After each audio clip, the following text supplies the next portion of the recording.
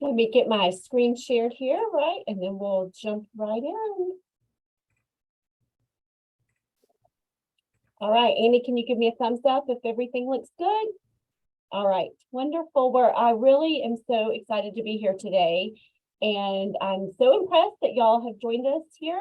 I think I can read your mind though, and you're thinking right now, how can I possibly do one more thing? But I really tried to simplify this and keep it short. Annie's heart behind this was just kind of to help some schools that still had a few more, or maybe a lot more, but just a few more seats that they needed to fill, and maybe something that you could do leading up to the first day, or even if your school year, depending on where you are located, has started and you have seats. Some of these you can also accomplish now just to finish, get those few last seats filled. So nothing that I'm going to share today is new under the sun, and you're probably doing several of these, or you've at least heard about this in the past. But sometimes in the midst of chaos, I feel like that you just kind of need someone to come along, hopefully to provide moral support, and just some good reminders to stay focused, to streamline your systems and your processes, and to really reach out and engage those in your community that can be a help to you. So I hope that you do leave today just encouraged, and you have something in your tool belt just to help you as you get started. So let me hold on just 1 second. We'll get to the next slide. It is the most wonderful time of the year for admissions people. You work all year long and you finally get to meet those new students, but probably you look more like this person. And if we have any heads of schools or principals here, I hope that this is super beneficial for you in helping your admissions people as well, because this is really what most people feel like about right now. They have things going on in all different directions, and we really want to help you today. I have 5 steps, okay? The first thing we're going to talk about is triaging your prospects. Triaging at the core is sorting into categories according to a system of priorities designated to maximize resources. So it's necessary when the demand outweighs the resources, and that probably is you today. And so in an emergency room or a disaster area, which is kind of what we typically think of when we think of triage, you have to pivot away from all of your normal policies and procedures and systems, right? There's an urgency to categorize and then to kind of tackle those things. And I'm sure that you, like me, when I was in the admissions office, have outlined just the perfect scenario from start to finish when you have a prospect, okay? And that is lovely. And I love systems and I love checklists when you have September to May to nurture them and do everything. But it's the end of August, and sometimes, just like when you're triaging, you have to abandon your list, abandon the plan, and do the best you can, okay? And you have to pivot. And I know we're tired of that word after COVID, but it is true. We have to be agile and we have to learn to pivot. It doesn't mean getting away from your standards. Yeah. Okay. So you still want to make sure that whatever your school standards are and policies, you do those. But what can you let go of? What things do you have that right now, just like in a triage disaster situation, you might say, okay, here, can you tighten this on? And it might be someone that has no nurse training, right? So who can you use to help you and to do this? So as you categorize your prospects, let's think of it this way: hot, warm, cold. Okay, let's start with hot. Hot are people that have either finished the application process and are done. You need to review, you've accepted them, or they've come, either called or visited your school in the last 2 weeks. Those are hot prospects. Okay, you need to tackle those first. Warm might be that they have not quite finished the application. They've come back several times, they've asked, or maybe you're still waiting for a teacher recommendation or a document. Those are kind of warm prospects. And that's where you might say, principal, are we going to hold this up? They're dying to come, but we don't have a teacher recommendation. Can we just look at their report card and say, you know what, we're going to go with it? So again, that's one way of kind of letting go of your policies a little bit if you have good school records that have comments on them. And then your cold prospects might be people who you haven't seen or heard from in a while, okay? Now that you have your list made, you're thinking, hopefully you're jotting notes right now and you have all your hot prospects. The next thing to do is pick up the phone. And I know this is old school, but as you know, when you are in an emergency situation, you're not going to email, right? Your school doesn't email parents in emergency, right? You do a parent alert, or you call, or you do something. The best thing about phone calls is that you can get immediate answers right then. Okay, hopefully your parents see your school pop up and they're willing to answer it.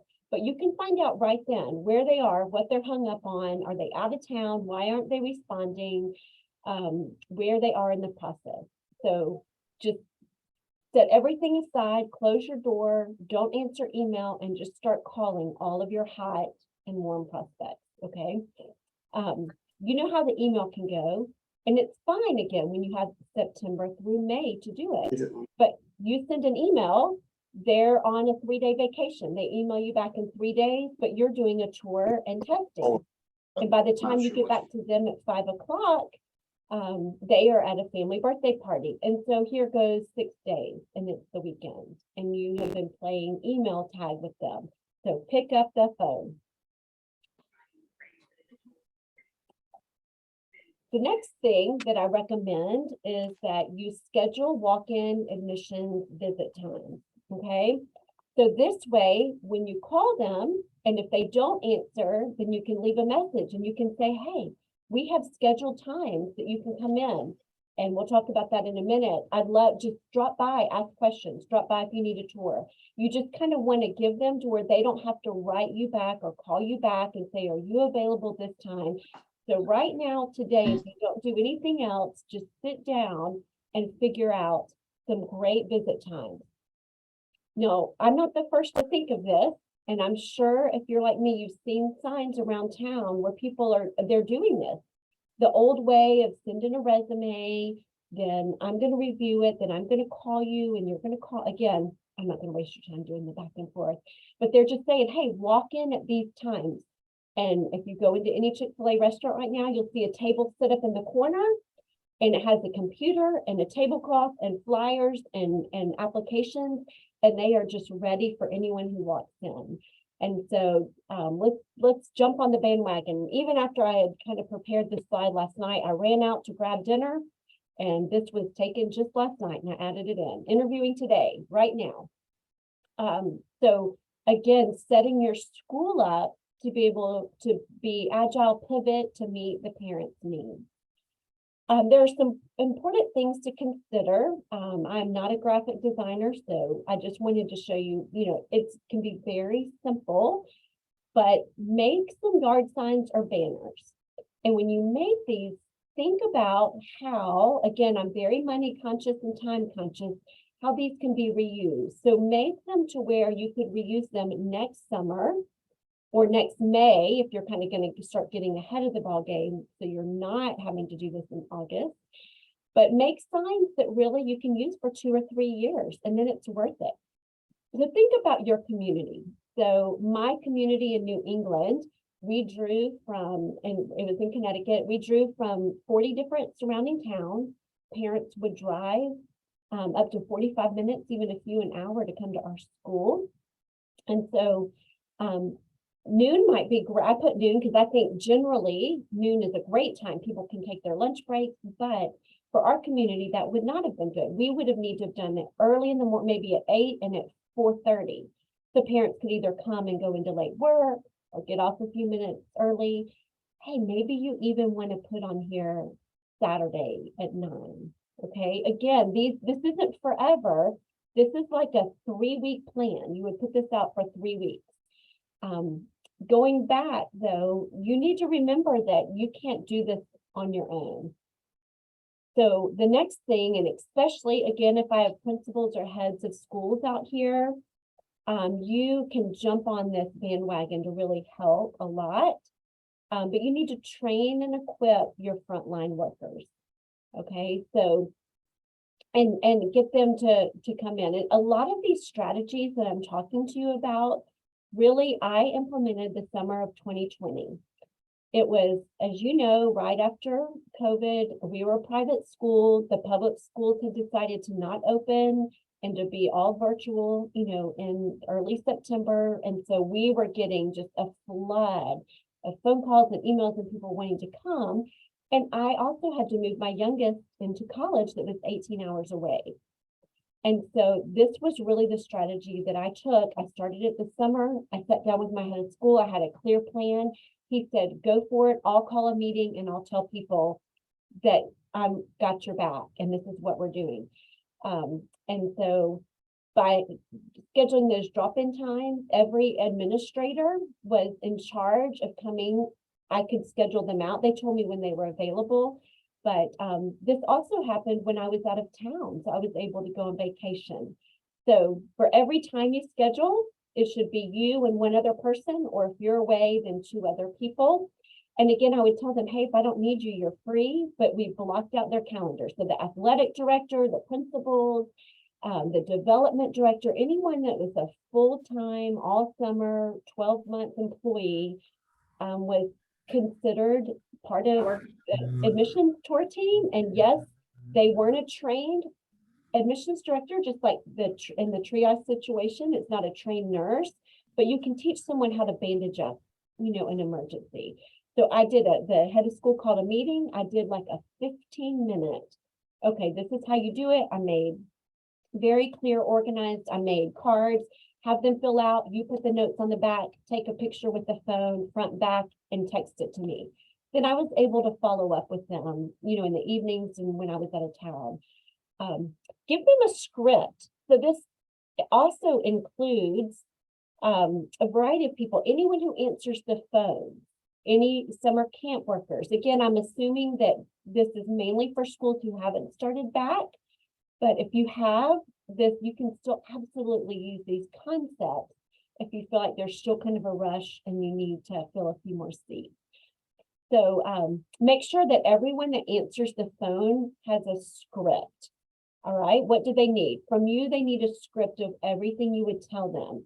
So just write a quick script.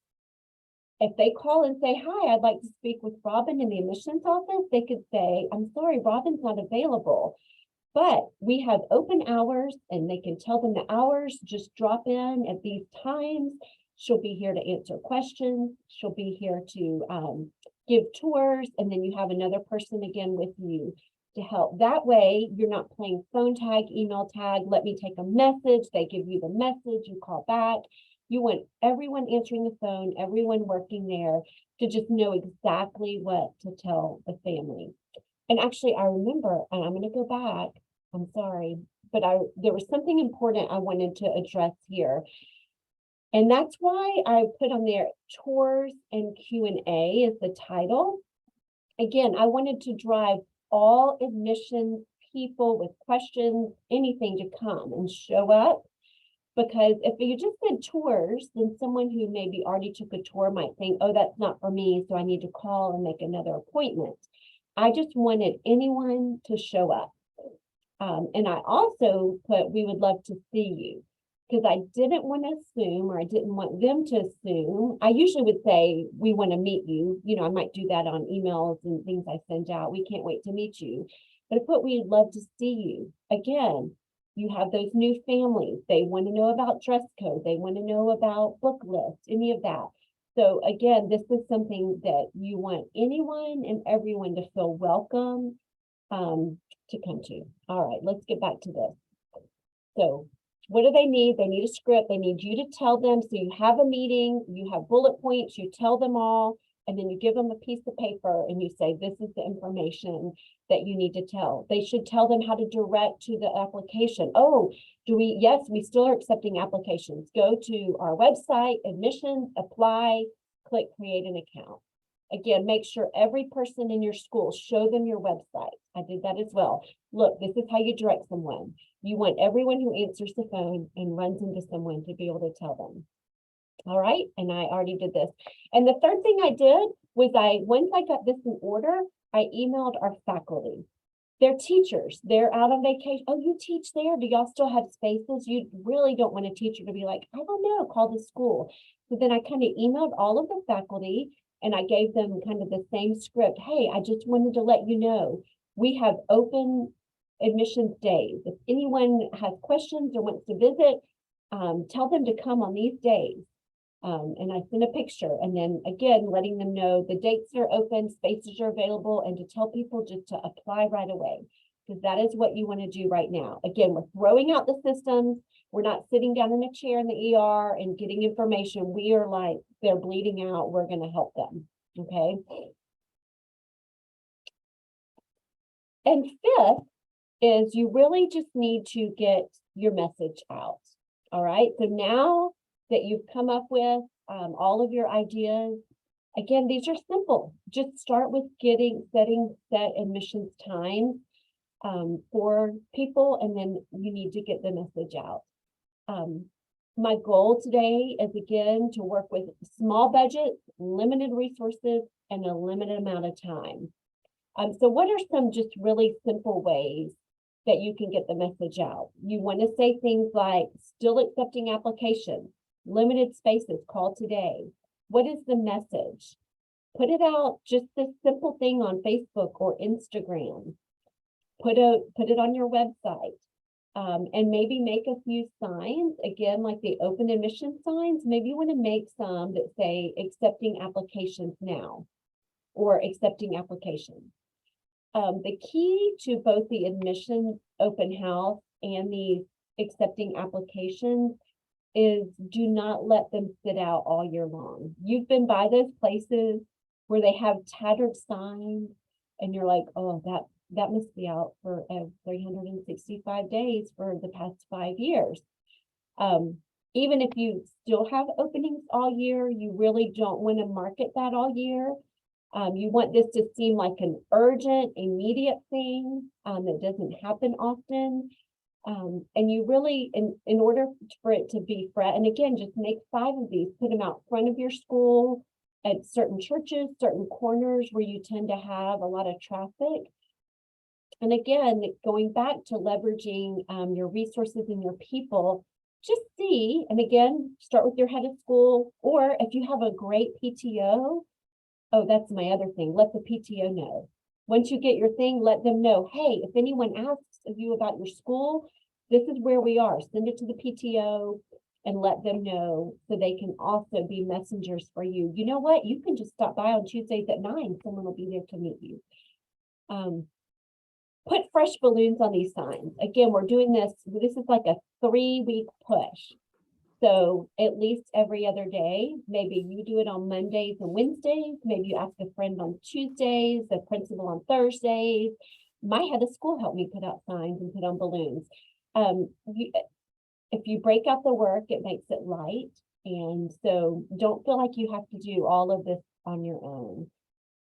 But definitely don't let these signs sit out. Again, same concept, make them to where you can use them wipe them off, clean them up, put them away, bring them back out. You know, in April or May when you're doing another push, put them away, bring them back out at the end of July.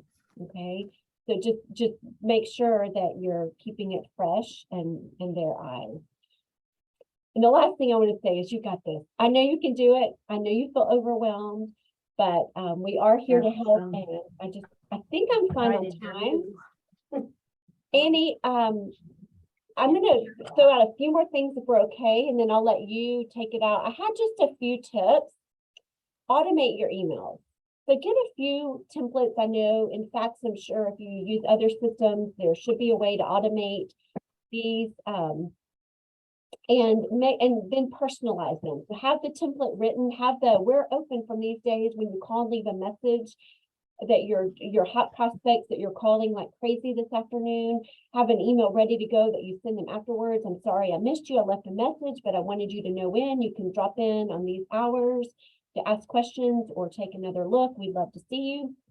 Calendar a few admissions review meetings. Same thing. If you're getting a bunch of applications, just tell your principals, hey, we're meeting on Tuesdays and Fridays at 10 a.m.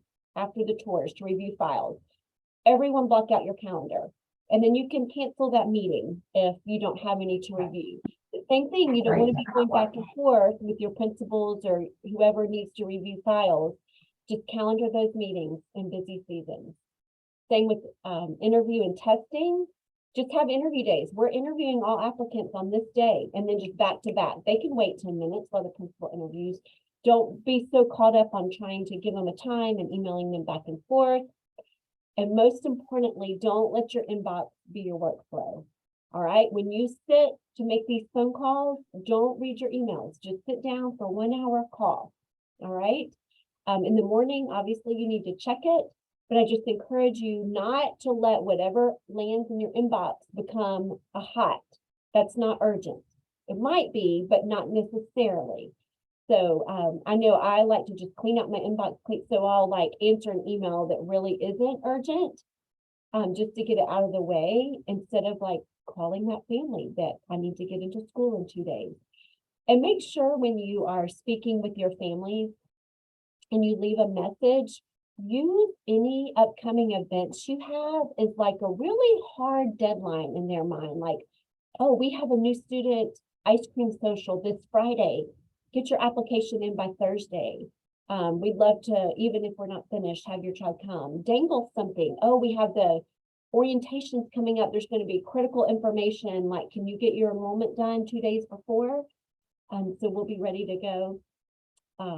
And that's really it. Hopefully those 5 quick things that I shared, just to triage, to pick up your phone, to enlist help, to set open admissions time, and then to quick get it out and advertise it. All right, Amy, I'm going to turn it over to you now. Thank you so much, Tracy.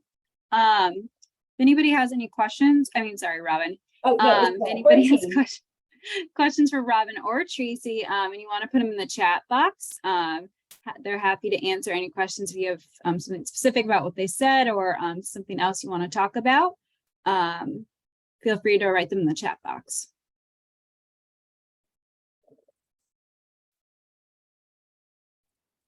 And if we have no questions, we're going to go over to breakout rooms so that we can have time to discuss what's going on in your schools, what you've heard. We have 4 questions for you to discuss. Questions are, have you tried any of these practices? What is one strategy that you heard today that you plan to implement? Are there other things you have done to improve enrollment? And what strategies for enrollment and management have you implemented post-COVID? And I'll put them in the chat box so you have them. And I will move us to breakout rooms right now.